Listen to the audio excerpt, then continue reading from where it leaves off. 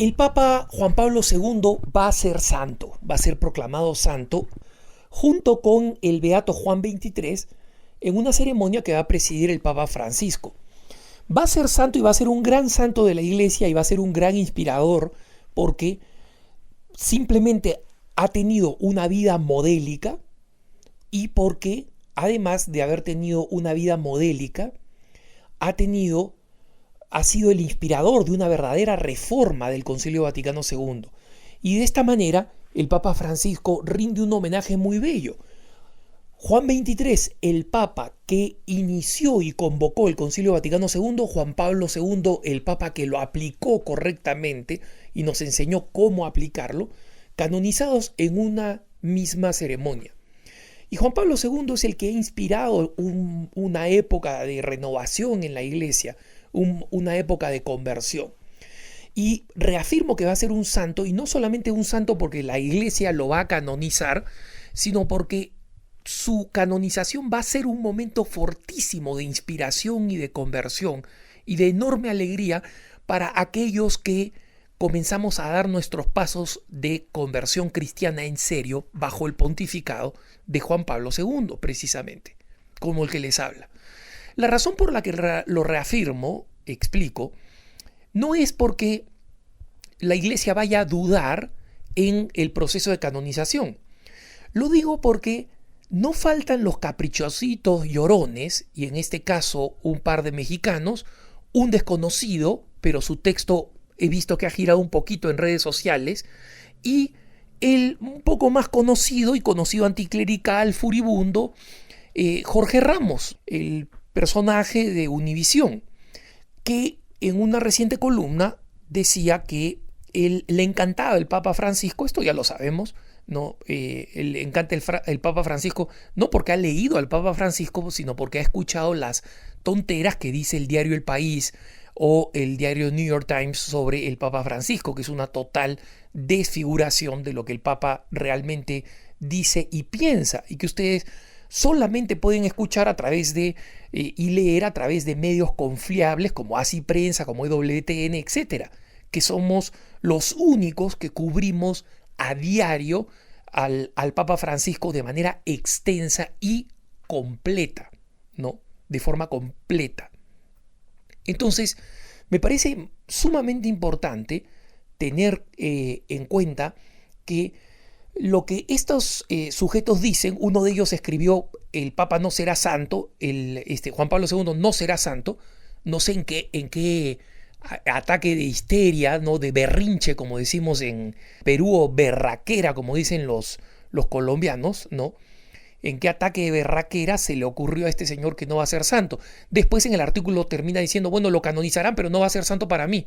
¿A quién le importa que un sujeto desconocido diga que para él Juan Pablo II no va a ser santo, cuando lo va a hacer para la Iglesia y lo va a hacer para todos los católicos?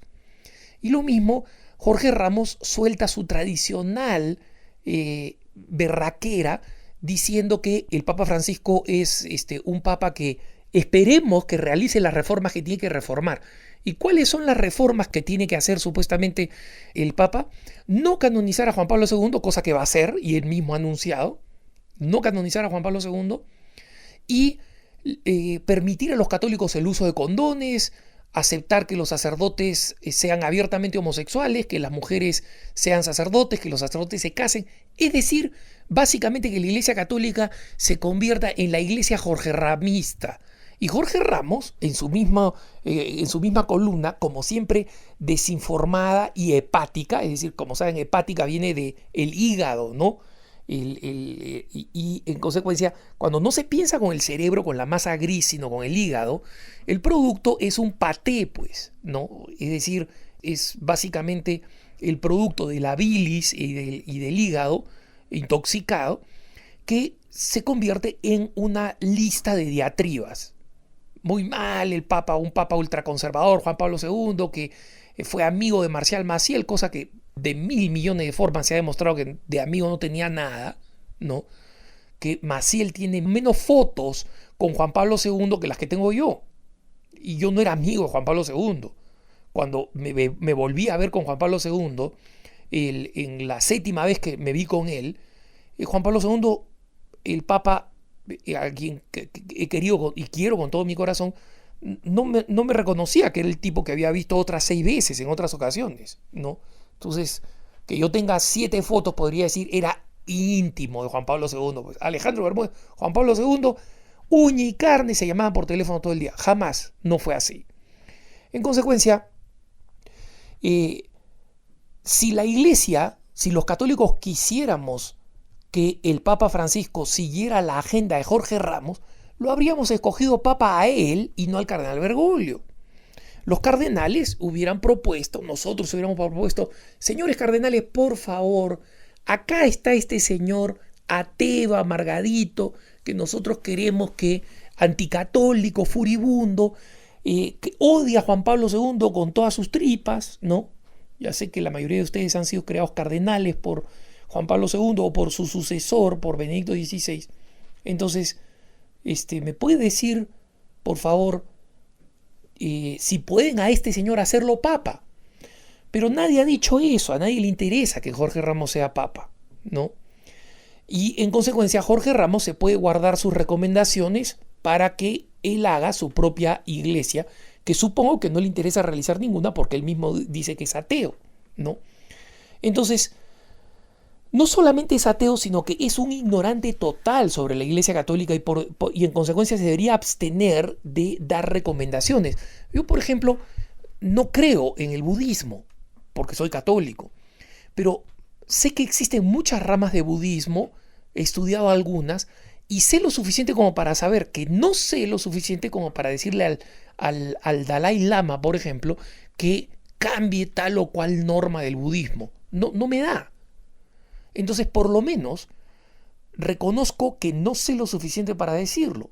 Pero Jorge Ramos no es así, ¿no? Y este otro autor que menciona supuestos datos que son todo falsos, que ha estado circulando, que Juan Pablo II no será santo, ¿no? En algunas redes sociales, es ignorancia pura.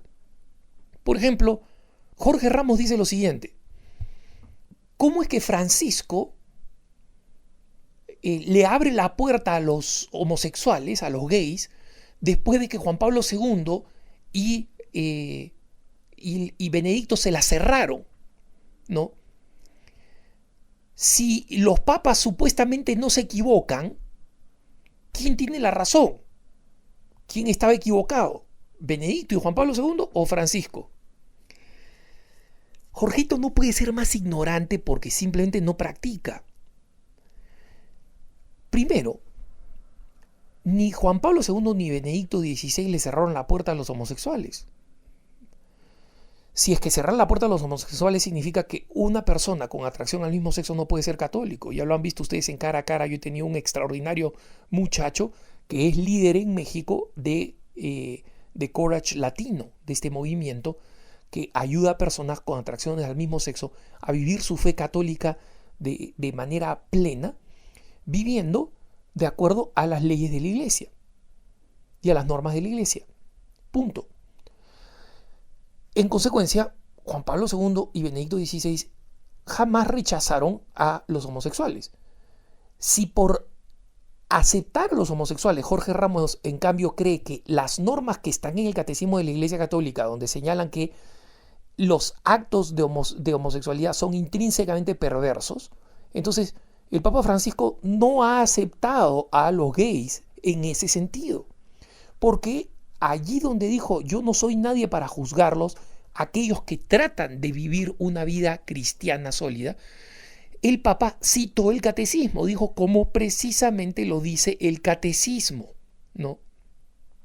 En consecuencia, el catecismo es el mismo que señala cuáles son los componentes o los elementos de esta visión que tiene el Papa Francisco.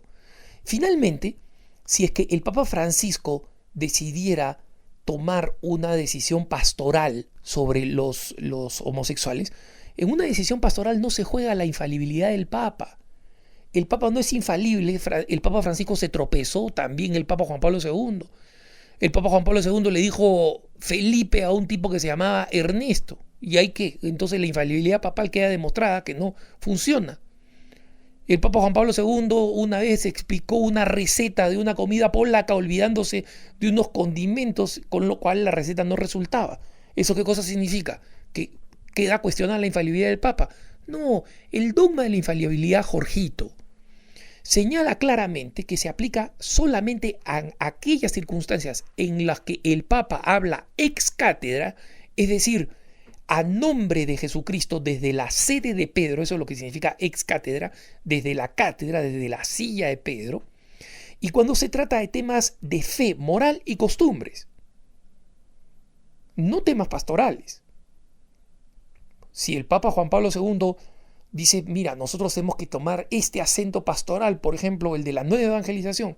Benedicto XVI dice, la nueva evangelización va a tener este acento de salir al mundo a ayudar a las personas más pobres y expresar la misericordia de Dios. Ahí no hay ninguna contradicción. Son acentos pastorales que cada papa tiene derecho y el deber de comunicar. En consecuencia, alegrémonos, hermanos, y no solamente alegrémonos porque el Papa Juan Pablo II va a ser canonizado, sino porque su canonización va a ser un signo más de su maravillosa vida que trajo una primavera a la Iglesia que va a continuar en lo que esperamos que sea un productivo verano bajo el pontificado del Papa Francisco. Que Dios los bendiga y que tengas un buen día.